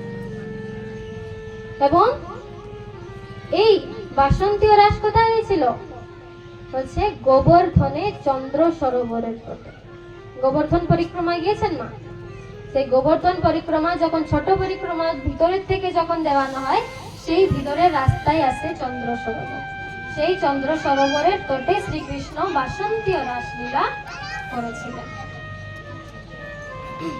এবং বাসন্তীয় রাসের মধ্যে কোনো মিক্স গোপী ছিল না, সেখানে শুধু নিত্য সিদ্ধ গোপীগণেই ছিল। এইভাবে কি হয়, বাসন্তীয় লীলার মধ্যে আমরা জানি যে শারদীয় পূর্ণিমায় যে রাস হয়েছিল, সেখানে হচ্ছে কৃষ্ণ রাস মঞ্চ ছেড়ে তিনি চলে যান শারদীয় পূর্ণিমার রাসে। কিন্তু এই যে বাসন্তীয় রাস আছে, এই বাসন্তীয় রাসে শ্রীমতী রাধারানী রাসলীলার থেকে অন্তর্ধান হয়েছে। তো শারদীয় রাস কি ছিল? যেখানে হচ্ছে শ্রীকৃষ্ণ 100 কোটি গোপীগণের সঙ্গে অদ্ভুত এবং অলৌকিক বলছে মহারাসে যখন ঋণ ছিলেন, তখন বলছে সমস্ত গোপীগণ কি বলছে অভিমান হয়ে গেল। যখন শারদীয় পূর্ণিমায় রাস করছিলেন, সমস্ত গোপীগণকে অভিমান হলো যে কৃষ্ণ শুধু আমার সঙ্গে আছে, আর কৃষ্ণ শুধু যেমন আমার সঙ্গেই থাকুক, আর কোনো গোপীর কাছে যেন যাক না। তো সেই গোপীগণকে অভিমান দোষ থেকে নিবৃত করার জন্য মহারাজ থেকে শ্রীকৃষ্ণ অন্তর্ধান হয়ে গেছিল। এবং শ্রীকৃষ্ণকে নিজের মধ্যে না পেয়ে গোপীগণ এখানে অনেক বিরহ ভাবে বলছে গোপীগণ বিলাপ করছে। এবং যখন শ্রীকৃষ্ণকে তিনি ডাকছেন, যে শব্দ করছেন, সেই শব্দ হচ্ছে গোপী গীত। এটাকে রাস পঞ্চাধ্যায় শ্রীমদ্ ভাগবতমের দশম স্কন্ধতে রাস পঞ্চাধ্যায় পঞ্চটি অধ্যায়ের মধ্যে সেই গোপী গীতের বিষয় দেওয়া আছে, যখন কৃষ্ণ লীলার মধ্য থেকে অন্তর্ধান হয়ে গেছিল। এই বিশেষভাবে ভগবান শ্রীকৃষ্ণ রাধারানীর মহিমাকে তিনি প্রকাশ করলেন। কিন্তু বলছে শারদীয় পূর্ণিমা যে রাস করলেন, বলছে রাধারানীর মহিমাকে খুব সুন্দরভাবে সেটা প্রকাশিত করতে পারলেন না। এই জন্য বাসন্তীয় রাসে সেটা বিশেষভাবে তিনি প্রকাশ করলেন। এই জন্য বাসন্তীয় রাস করলেন। বলছে এদিকে শ্রীকৃষ্ণ বাসন্তী পঞ্চমীর দিনে সমস্ত বলছে নিত্য সিদ্ধ অন্তরঙ্গ সখীগণ গোপীগণের সঙ্গে রাসলীলা করছেন। বলছে সমস্ত দেবী দেবতাগণ সেই বলছে অদ্ভুত অলৌকিক রাসলীলা দেখার জন্য ওখানে প্রকট হলেন, এবং অদ্ভুত রাসলীলা দেখে বলছে সবাই মন্ত্রমুগ্ধ হয়ে। তো বলছে তারপর হঠাৎ কি হয়, শ্রীকৃষ্ণ যখন রাস হচ্ছে খুব সুন্দর, শ্রীকৃষ্ণ সেখান থেকে অন্তর্ধান হয়ে গেল। শ্রীকৃষ্ণ তো ছলবাজ, এখানে ছলনা করছে গোপীগণের সঙ্গে। এই বাসন্তীয় রাসের কথা বলছি এখন। এখানে শ্রীকৃষ্ণ ছল করে সেখান থেকে চলে যান, এবং শ্রীকৃষ্ণকে মধ্যে না পেয়ে নানা রকম গোপীগণ সমস্ত বলছে রাধারানী পর্যন্ত ক্রন্দন করতে লাগলেন। ক্রন্দন করতে করতে করতে করতে বলছে যখন শ্রীকৃষ্ণকে কোথায় খুঁজে পেলেন না, তখন গোপীগণ এক জায়গায় বসে গেলেন এবং শ্রীকৃষ্ণর বিরহে সেইভাবেই ক্রন্দন করতে লাগলেন। তখন কি হয়, শ্রীকৃষ্ণ বিষ্ণু রূপে চতুর্ভুজ রূপে এসে ওখানে প্রকট হয়ে যান। বলছে দেখি কৃষ্ণর অনেক তারা ভক্ত প্রিয়সী হয়েছে। বলছে এখন বিষ্ণু দর্শন করে আমি দেখছি তাদের কি রকমের ভাব হচ্ছে। সেই গোপীগণকে পরীক্ষা করার জন্য, এমনি ছলনা করার জন্য, খেলার জন্য সেখানে চতুর্ভুজে তিনি প্রকট হয়ে যান। বিষ্ণু রূপে শঙ্খ চক্র গদা পদ্ম ধরে তিনি প্রকট হলেন। তখন গোপীগণের ভাব দেখো কি সুন্দর। তারা নতমস্তক করে বিষ্ণুকে প্রণাম করলেন, এবং প্রণাম করার পর বিষ্ণুকে জিজ্ঞাসা করছেন, হে ভগবান, আমাদের কৃষ্ণ কোথায়? আমরা যদি এখন আমাদের সম্মুখে যদি ভগবান এসে যায়, তাহলে সবাই কি মাংবে বলো, কি চাইবে ভগবানের কাছে? ঘর দাও, বাড়ি দাও, সংসার যেন সুফল একদম সুসিদ্ধিত থাকে যেন। ভগবান যদি এখানে চলে আসুক, দেখি কে কি চাইছে আমি দেখবো। কিন্তু গোপীগণ কি বলছে, দয়া করে বলো আমার কৃষ্ণ কোথায়? আমি কৃষ্ণকে আমরা খুঁজে পাচ্ছি না, আমাদের অবস্থা অনেক খারাপ হয়ে গেছে। দয়া করে আমায় বলো যে আমাদের কৃষ্ণ কোথায়, আমাদের প্রিয়তম কোথায়? তারা কৃষ্ণ কে ব্রজবাসীগণ যত আছে, কৃষ্ণকে কোনোদিন আজ পর্যন্ত ব্রজ ক্ষেত্র যাও, বৃন্দাবনে যাবেন, সেখানে কৃষ্ণকে ভগবান বলে পূজা করেন না। ছোট্ট লালা হিসাবেই তারা সেবা করে, পুজো করেন না, সেবা করে। যেভাবে একটা ছোট্ট বালককে, যেভাবে আমরা আমাদের বাড়িতে যদি কোনো ছোট্ট বালক থাকে, ঠান্ডার দিনে শীত বস্ত্র দিই, টাইমে সেবা দিই, খিদা পেয়েছে, তারা তো মুখ বলতে পারবেন না, তাদের এমনি ভাষাকে আমরা বোঝার চেষ্টা করি, দেখুন কি বলছে, পেটে যন্ত্রণা হচ্ছে বা কি হচ্ছে। আমরা যেভাবে আমাদের সন্তানকে পালিত করি, ব্রজবাসী ঠিক সেইভাবে কৃষ্ণকে সেবা করেন। আজ পর্যন্ত কৃষ্ণকে তারা ভগবান বলে মনে করলেন না। তো গোপীগণের এই রকমের বলছে ভাব দেখে শ্রীকৃষ্ণ কিন্তু তবুও সেই নারায়ণ রূপে দাঁড়িয়ে আছে, বিষ্ণু রূপে দাঁড়িয়ে আছে। এবং এখানে কি হয়, শ্রীমতী রাধারানী কৃষ্ণ কৃষ্ণ কৃষ্ণ কৃষ্ণ খুঁজতে খুঁজতে কৃষ্ণকে সেখানে চলে আসে, যেখানে বিষ্ণু হয়ে কৃষ্ণ দাঁড়িয়ে আছে। এখন দেখো রাধারানী শ্রীকৃষ্ণকে কি চিনতে পারবে না? চিনতে পারবে, কিন্তু লীলার মধ্যে, লীলাতে শ্রীমতী রাধারানী এমনি মনে ভাব করে বিষ্ণুকে দেখে তিনিও প্রণাম করেন। রাধারানী বিষ্ণুকে দেখে প্রণাম করলেন, এবং তিনিও বিরহে বিষ্ণুকে জিজ্ঞাসা করলেন, হে ভগবান, আমার কৃষ্ণ কোথায়? আমায় বলে দাও আমার কৃষ্ণ কোথায়? রাধারানীর এই অবস্থা দেখে, প্রেমের এইভাবে প্রতিষ্ঠা দেখে, পরাকাষ্ঠার প্রেম যে বিরহ, সেই দেখে শ্রীকৃষ্ণ বলছে নিজের বিষ্ণু রূপে আর থাকতেই পারলেন না। সরাসরি তৎক্ষণাৎ শ্রীকৃষ্ণর দুই ভুজ নিচে পড়ে গেল এবং তদনুরূপ শ্রীকৃষ্ণ নিজের রূপে দুই হস্ত ধারণ করে কৃষ্ণ রূপে বেশে তিনি চলে আসলেন। কেন? রাধা রানীর সেই বিরহ বেদনা দেখে, শ্রীকৃষ্ণ রাধা রানীর ভাব দেখে শ্রীকৃষ্ণ নিজেকে বিষ্ণু রূপে মানে থাকতেই পারলেন না। যে কোটি কোটি বলছে কামদেবকে, যে বলছে নিজের মায়া দেবীকে বলছে নিজের হস্ততে বন্ধ করে রাখে, সেই কৃষ্ণ বলছে আজ রাধা রানীর সম্মুখে নিজেকে ধরে রাখতে পারলেন না, বিষ্ণু রূপে তিনি থাকতেই পারলেন না। তিনি তদনুরূপ তৎক্ষণাৎ কৃষ্ণ রূপে চলে আসলেন। তো এখানে বসন্ত পঞ্চমীর দিন ভগবান শ্রীকৃষ্ণ সম্পূর্ণ জগৎকে এই দেখালে যে রাধা রানীর সামনে বলছে আমি আমার ভগবত্তা স্বরূপে থাকতে পারছি না। তাহলে রাধা রানীর মহিমা কেমন, এটা আমাদের কল্পনাতেও আমরা ভাবতে পারবো না যে রাধা রানীর মহিমা কেমন। আমি বলছে আমার ঐশ্বর্য দ্বারা বলছে সম্পূর্ণ কামদেব মায়া দেবীকে বলছে বশীভূত করে রাখি, কিন্তু আজকে আমি বশীভূত হয়ে গেছি রাধা রানীর মহিমাতে। বলছে রাধা রানীর আমার প্রতি বলছে কি প্রেম, সেই প্রেমের মহিমাকে বলছে আজকে আমিও মন্ত্রমুগ্ধ হয়ে গেছি। এই জন্য কৃষ্ণকে বলা হয় মদন মোহন, কিন্তু রাধা রানীকে বলে মদন মোহন মোহিনী। যিনি মদন মোহনের মনকে হরণ করে রাখেন তিনি হচ্ছে রাধা রানী। এই জন্য রাধা রানীর আরেক নাম হচ্ছে কি হরে, যাকে হরা বলা হয়। যে যেভাবে সীতা দেবীকে সীতে, রাধাকে রাধে, এরকম হরাকে হরে। এই জন্যই যে হরে কৃষ্ণ কৃষ্ণ কৃষ্ণ হরে হরে, হরে রাম রাম রাম হরে হরে, এর মধ্যে যে হরে শব্দ অর্থ হচ্ছে শ্রীমতী রাধা রানী। যিনি কৃষ্ণর মনকে হরণ করে রাখে তিনি হচ্ছে রাধা রানী। তারপর কি হয়, সেই রাসকালে যখন কৃষ্ণকে আবার তারা ফিরে পেলেন কৃষ্ণকে, তখন আবার রাস আরম্ভ হলো। রাস করতে করতে রাধা রানী দেখে যে কৃষ্ণ সমস্ত গোপীগণের সঙ্গে রাসলীলা মুগ্ধ আছে, রাসলীলা করছেন, ক্রীড়া করছেন। এখানে কি হয়, রাধা রানীর মনে মান উৎপন্ন হয়ে যায়। আমরা অনেক বলি না মান ভঙ্গ, দেখবে অনেকজন যে পালা কীর্তনীয়রা থাকে এই মান ভঙ্গর রাস তারা কীর্তন করে শোনায়। তো শ্রীকৃষ্ণ রাধা রানী মানে রাধা রানীকে শ্রীকৃষ্ণের প্রতি ভাবে মান বলল যে কৃষ্ণ সবার সঙ্গে লীলা করছে, আমি চাই যে শুধু কৃষ্ণ আমার সঙ্গে থাকে। এভাবে রাধা রানীকে মান হয়ে গেল এবং কি হয়, তৎক্ষণাৎ শ্রীমতী রাধা রানী সেই রাস থেকে অন্তর্ধান হয়ে গেল। এইখানে রাধা রানী সেই রাস থেকে অন্তর্ধান হয়ে গেল। কৃষ্ণ যখন দেখেন যে রাস তো হচ্ছে কিন্তু রাধা রানীকে খুঁজে পাচ্ছি না, রাধা রানীকে দেখতে পাচ্ছি না, আমার রাধা রানী কোথায়?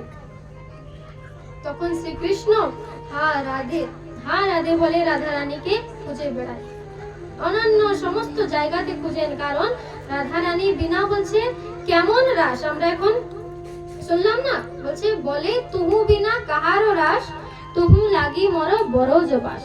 বলছে তোমার বিনা ব্রজের রাস বলছে যে কোনো আমার লীলাতে বলছে কোনো রস নেই, সব নিরস হয়ে গেছে।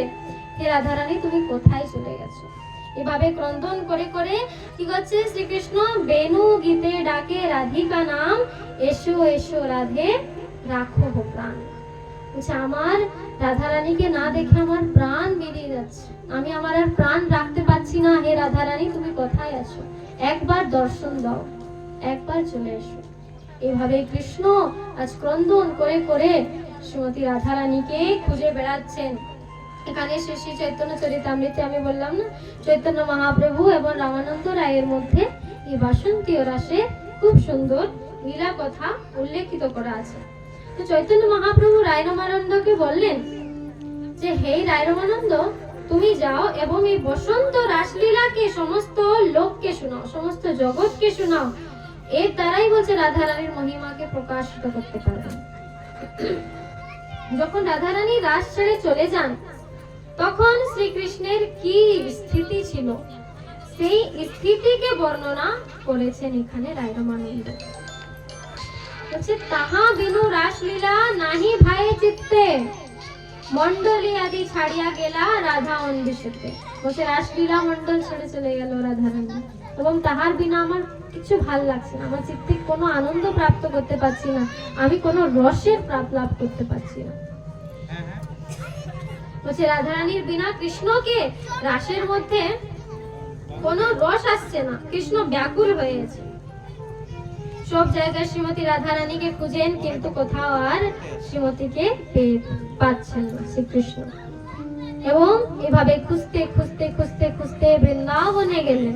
বৃন্দাবনে একটি জায়গা আছে ইমলিতলা, যমুনার ঘাটে দেখবেন তটে ইমলিতলা নামের একটি জায়গা আছে। সেই ইমলিতলাতে শ্রীকৃষ্ণ বসে ক্রন্দন করতে লাগলেন, এবং ক্রন্দন করতে করতে রাধারানীর নাম নিয়ে কৃষ্ণ সম্পূর্ণ ব্রজে তিনি খুঁজে বেড়াচ্ছেন, সব জায়গায় খুঁজছেন। কৃষ্ণ এখানে রাধারানীর বিরহে ক্রন্দন করছে। বলছে অন্যান্য সময় আমরা দেখেছি শ্রীকৃষ্ণ রাসের থেকে অন্তর্ধান হয়ে গেছে, কিন্তু এখানে রাধারানী মান করে বলছে এই রাসের থেকে অন্তর্ধান হয়ে গেছে। এবং এইভাবে শ্রীকৃষ্ণ রাধারানীকে স্মরণ করতে করতে কি হয়, এমন স্থিতি হয়ে যায় কৃষ্ণর, রাধে রাধে রাধে রাধে করতে করতে শ্রীকৃষ্ণর যে ঘনশ্যাম অঙ্গকান্তি ছিল সেটা রাধা কান্তি হয়ে গেল, গৌরাঙ্গ রূপে পরিণত হয়ে গেল। মানে এমন স্মরণ যেটা আমরা কল্পনা আমরা করতে পারবো না। কৃষ্ণ রাধারানীর স্মরণ করতে করতে রাধারানীকে হা রাধে হা রাধে হা রাধে করতে করতে কি হয়ে গেল, শ্রীকৃষ্ণর শ্রীঅঙ্গ কি হয়ে গেল, তপ্ত কাঞ্চন গৌরাঙ্গ রূপে শ্রীকৃষ্ণ চলে এলেন। শ্রীকৃষ্ণ রঙ্গকান্তি রাধারানী রঙ্গকান্তি হয়ে গেল। এবং এই দিনেই শ্রীকৃষ্ণ এই ভবিষ্যবাণী করলেন, ইমলিতলার নিচে বসে তিনি এই ভবিষ্যবাণী করলেন যে কলিকালে গৌরাঙ্গ রূপে এসে আমি রাধারানীর মহিমা ব্যাখ্যা করব। যে রাধারানীর মহিমা কি, কৃষ্ণর মহিমা তো সবাই জানে, যে কিন্তু রাধারানীর যে মহিমা সেটা গৌরাঙ্গ রূপে কলিযুগে শ্রীমন্ত চৈতন্য মহাপ্রভু আসতে 550 বর্ষ পূর্ব এসে তিনি শ্রী রাধারানীর মহিমা ব্যাখ্যা করে গেলেন। এবং এই জন্য শ্রীকৃষ্ণ এই দিনই ভবিষ্যবাণী করলেন যে আমি কৃষ্ণ শ্রীমতী রাধারানীর প্রেমের মহিমা সম্পূর্ণ জগৎকে জানাবার জন্য আমি চৈতন্য মহাপ্রভু রূপে কলিকালে আবির্ভূত হব এবং সম্পূর্ণ বিশ্ব জগৎকে আমি প্রচার করব যে রাধারানীর প্রেম কি। এবং আমরা জানি শ্রী চৈতন্য চরিতামৃতেতে দুটি বিশেষ বলছে বর্ণনা করা আছে কারণ। একটি বাহ্য কারণ ছিল মহাপ্রভুর এই ধরাধামে আসার, একটি ছিল অন্তরঙ্গ কারণ। বাহ্য কারণ কি, যুগ ধর্ম প্রচারের জন্য, মানে নানা রকমের অধর্ম পাপ আদি যত বৃদ্ধি হয়েছিল তাকে নষ্ট করে আবার ধর্ম স্থাপনা করার জন্য তিনি এসেছিলেন। এবং দ্বিতীয় অন্তরঙ্গ কারণ কি ছিল, তিনটা। প্রথমত কি, রাধারানীর মহিমা কি, রাধারানীর প্রেমের মহিমা কি। দ্বিতীয় কি ছিল, বলছে আমার মধ্যে যে রস আছে, মাধুর্য রস আছে, সেই মাধুর্য রসের স্বাদ কি, এটা রাধারানী আস্বাদন করে, আমার ভিতরে এবং মাধুর্য রস কি। এবং তৃতীয় ছিল, সেই মাধুর্য রস আস্বাদন করে রাধারানী কি সুখ পায়। কৃষ্ণ যখন অন্তর্ধান হয়ে গিয়েছিলেন রাধারানী অনেক কষ্ট পেয়েছিল, তখন রাধারানী বললেন পর জনমে হয় তুমি রাধা বনমালী গো, খুব সুন্দর ভজন আছে, পর জনমে হয় তুমি রাধা, তবে গিয়ে তুমি বুঝতে পারবে যে আমার মানে শ্রীকৃষ্ণের মধ্যে কি মাধুর্য রস আছে। এখন ভেবে নাও, আমরা দর্পণ দেখছি, আমরা দর্পণ দেখে আমরা নিজের স্বরূপ দেখতে পারবো, কিন্তু দর্পণ কি নিজের স্বরূপ দেখতে পারবে, যে দর্পণ দেখতে কেমন হয়। যেমন রান্না করেছি, সবজি তৈরি করেছি, সবজি খেয়ে আমরা বুঝতে পারবো তার মধ্যে ঝাল কতটা হয়েছে, নুন কতটা হয়েছে, কিন্তু সবজি জানতে পারবে কি তার মধ্যে কি রস আছে। ঠিক সেইভাবে শ্রী রাধারানী কৃষ্ণকে বললেন পর জনমে হয় তুমি রাধা, তুমি যখন রাধা সেজে, রাধা রূপ, রাধার হৃদয় নিয়ে যখন গৌরাঙ্গ মহাপ্রভু রূপে যখন আসবেন, তখন তুমি ভাববে, বুঝতে পারবেন যে কৃষ্ণর মধ্যে কি মাধুর্য রস আছে, কৃষ্ণর মধ্যে কি এমন রস আছে যেটা রাধারানী আস্বাদন করে সুখ লাভ করে, সুখ পায়। এই হচ্ছে অন্তরঙ্গ কারণ, যেটা মহাপ্রভু শ্রীকৃষ্ণ চৈতন্য মহাপ্রভু তিনি রাধারানীর অঙ্গকান্তি নিয়ে এই কলিযুগে তিনি প্রচার করেন রাধারানীর মহিমা। একটু খুব সুন্দর ভজন আছে, যদি গৌরাঙ্গ না হইতো তবে কি হইতো, কেমনে ধরিতাম দে, রাধার মহিমা প্রেম রসসীমা জগতে জানা তোকে। যদি গৌরাঙ্গ মহাপ্রভু এখানে না আসতেন, রাধারানীর যে প্রেমের মহিমা আমাদেরকে কে জানাতো, কে জানাতে পারতেন।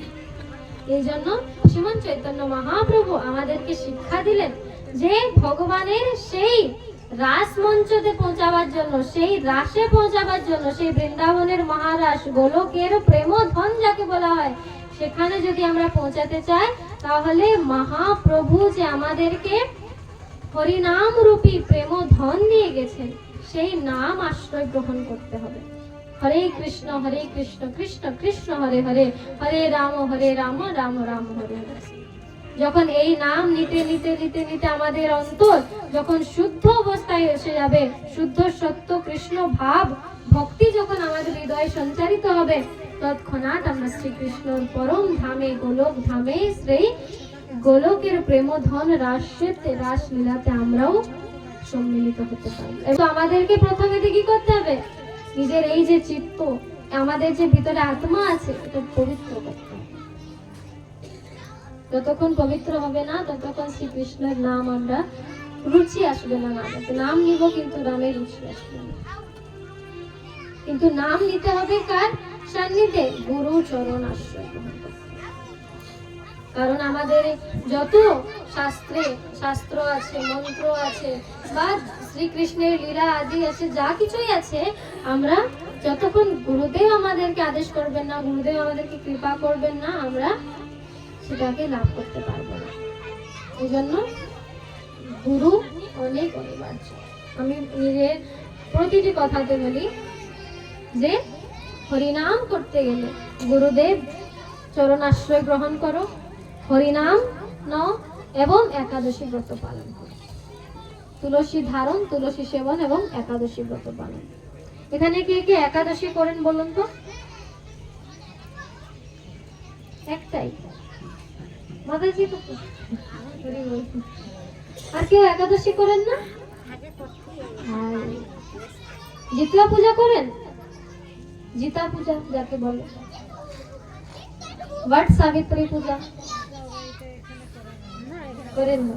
স্বামীর জন্য কি পূজা করেন? শিব পূজা। এখন তো আসছে মহাশিবরাত্রি, তাই না? শিব বাবার মাথায় গিয়ে জল ঢালবে, একটা সুন্দর ভালো আমি যেন স্বামী পাই, যা স্বামী পেয়ে গেছেন যেন ভালোভাবে সুখী সংসার যেন হয়।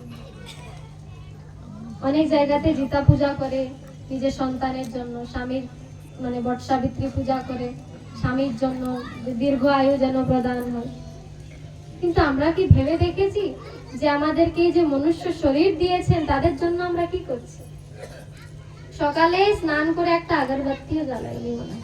এখন তো শীতকাল, আরোই না, সপ্তাহে একবার বা দুবার, সেটাও জল দর্শন করেই স্নান হয়ে গেল, শুদ্ধ হয়ে গেল। হ্যাঁ, জগন্নাথ পুরীতে কি হয় জানেন? জগন্নাথ দেবের সম্মুখে দর্পণ রাখা হয় এবং সেই দর্পণের মধ্যে জল ঢালা হয়ে গেছে জগন্নাথ দেব সেবা, মানে স্নান হয়ে গেছে। এইভাবে জগন্নাথ দেব স্নান করে। আমরা বলবো যে ভগবান তো এমনি স্নান করছে, আমরা জলটা দণ্ডবোধ করে চলে আসলেই শুদ্ধ হয়ে যাবে নাকি? বৈষ্ণব যে আছে, এখন নমো পবিত্র পবিত্র বা সর্বাবস্থা গত পিবা স্মরেত পুণ্ডরী খাক্কম সবাজ্যবন করেছে, হয়ে গেল, ছুটা দিলেই সিদ্ধি। তাহলে ভাবো যে আমরা ভগবানের জন্য কি করছি?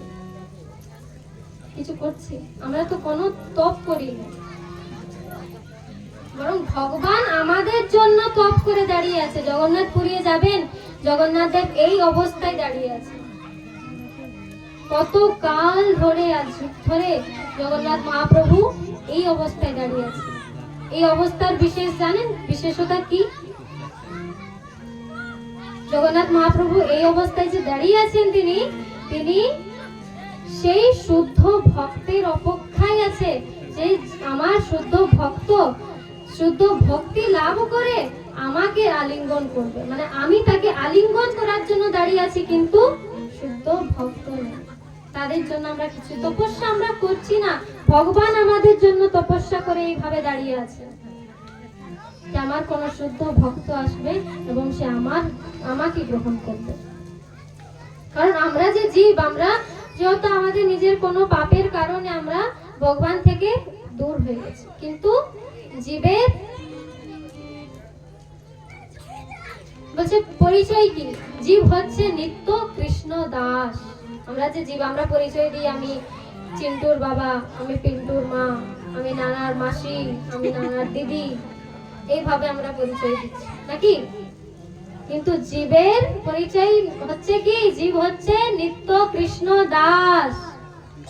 আমরা দাস ভাবে সেবা করে আনন্দ লাভ করতে পারবো, সুখ লাভ করতে পারবো, কিন্তু যদি আমরা বলছে নিজে যদি সেবা নিতে চাই তাহলে আমরা সুখ লাভ করতে পারবো না। এই জন্য একাদশী ব্রত পালন করো। একাদশী হচ্ছে মাধব তিথি ভক্তি জননী যতনে পালন করি। একাদশী হচ্ছে মাধব তিথি, যেখানে হরি বাসর, সেই দিনে সদাই হরির বাস হয়, হচ্ছে একাদশী তিথি। একাদশী কেন বলছে? আমাদের যে 5টি কর্মেন্দ্রিয়, 5টি জ্ঞানেন্দ্রিয়, 10টি হলো, এবং তার মধ্যে সর্বপ্রধান হচ্ছে কি? আমাদের মন। 11টি হয়ে গেল। বলছে এই 11টি ইন্দ্রিয়ের দ্বারা বলছে আমরা যেদিন কৃষ্ণকে সেবা করি হচ্ছে একাদশী। বলছে আমরা সেদিন, এমনিতে তো আমরা প্রতিদিন বলছে তো শ্রীকৃষ্ণ যে সব ইন্দ্রিয়কে শ্রীকৃষ্ণ সেবায় লাগাও, কিন্তু প্রতিদিন তো কলিযুগের পক্ষে, মানে কলিযুগের মানবের পক্ষে সম্ভব নয়। অন্তত একাদশীর দিন শুদ্ধ সত্য ভাবে আমাদের কৃষ্ণকে শরণাগত হতে পারবো, কৃষ্ণকে সেবা করতে পারবো আমাদের সর্ব ইন্দ্রিয়ের দ্বারা। কিন্তু বলছে একাদশীও পালন করি।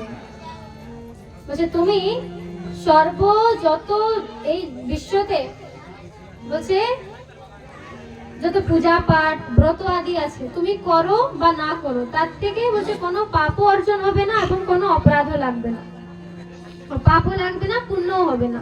বলছে যদি করলেও ভালো, না করলেও ভালো। কিন্তু বলছে যদি একাদশী ব্রত কেউ যদি না করে এবং একাদশীর দিনে যদি অন্ন গ্রহণ করে, তাহলে গো হত্যা, ভ্রূণ হত্যা, মাতৃহত্যা, পিতৃহত্যা, ব্রহ্ম হত্যা, এই রকমের হত্যার পাপ সেদিন অন্নর মধ্যে নিবাস করে। এবং এই যেদিন একাদশীর দিন যদি কেউ অন্ন গ্রহণ করে, তাহলে এই সমস্ত, তুমি যদি হত্যা না করো কিন্তু তাও এই সব পাপগুলো তোমাকে দেবে যাবে, কারণ তুমি একাদশীর দিনে অন্ন গ্রহণ করছো। এজন্য প্রতি মাসে দুটোতে একাদশী হয়। আমাদের শরীরের জন্য খুবই ভালো, সেটা একটা ব্যবস্থা করা আছে। 15 দিনে একবার যদি আমাদের যে মেশিনটা আছে এটাকে একটু রেস্ট দেওয়া যায়, তাহলে এটা বেশি ভাবে আরো মানে আয়ু বৃদ্ধি হবে বলছি। সেদিন একটু কম চলবে না, যেদিন বেশি খাই একটু মেশিনগুলো আমাদের বেশি চলবে, বেশি তারা কাজ করে। একটু কম চললে একটু বেশি আয়ু হয়তো আমরা লাভ করতে পারবো। জন্য বলছে একাদশী হরিবাসর তিথি পালিত করো। যদি একাদশী ব্রত না করো বলছে অনেক অপরাধ লাভ, অনেক অপরাধ প্রাপ্ত হবো সেদিন যদি একাদশী দিন। এবং দেখো সেদিন যে কি প্রভাব হচ্ছে, করে দেখো। তো এখন বলবে যে আমরা জানি না কখন একাদশী, কি কোন দিন আসে। একটা শুক্লপক্ষী একাদশী, একটা কৃষ্ণপক্ষে একাদশী, দুটো একাদশী মাসে হয়। একাদশী ব্রত সর্বজীবকে পালন করতে হয় এবং 8 বছর থেকে 80 বছর পর্যন্ত যে কোনো মানুষ একাদশী ব্রত পালন করতে পারে। এমন নেই যে শুধু বিধবা নারী বলছে একাদশী ব্রত পালন করবে, বলছে না, কোনো শাস্ত্রে এটা দেওয়া নেই। 8 বছর থেকে 80 বছর পর্যন্ত যে কোনো, এবং একাদশী ব্রত পালন করার পর বলছে আর কোনো ব্রত করার কোনো প্রয়োজন নেই, কোনো প্রয়োজন নেই, না করলেও চলবে। কিন্তু একাদশী ব্রত আমরা কার জন্যে? শ্রীকৃষ্ণকে প্রসন্নতা করার জন্য।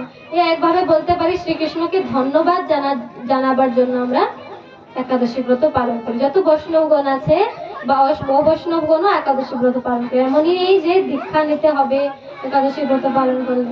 তোমরা একাদশী ব্রত পালন তো করো, তাকে বলা হচ্ছে ভক্তির জননী।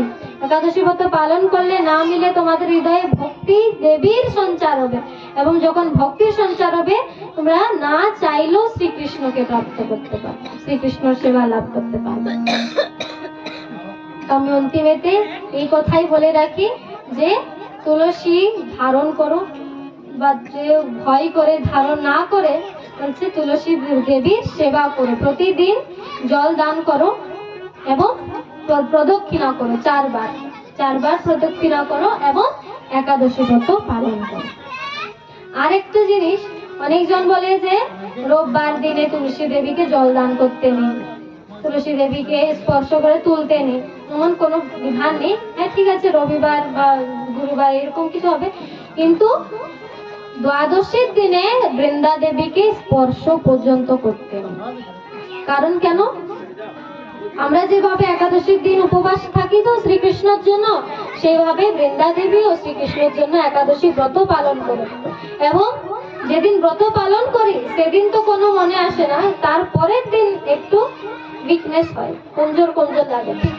সেইভাবে বৃন্দা দেবী উপবাস থাকে শ্রীকৃষ্ণের জন্য, এবং কি হয়, বৃন্দা দেবীর দেহ বলছে উইকনেস হয়ে যায়, কমজোর হয়ে যায়। এই জন্য দ্বাদশীর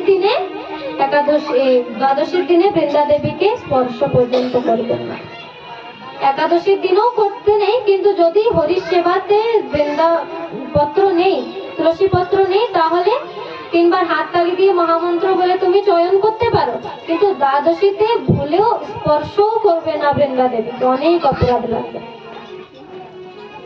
ঠিক আছে, তো এই বলে আমি আমার কথা এখানে বিশ্রাম করি। যদি আমার থেকে কোনো ভুল ত্রুটি হয়ে গেছে আমার বাণীতে, আমায় ক্ষমা করবেন। এই জানিয়ে আমরা এসো সুন্দর একটি হরিভজন করি এবং তারপর আমরা কথা বিশ্রাম করব।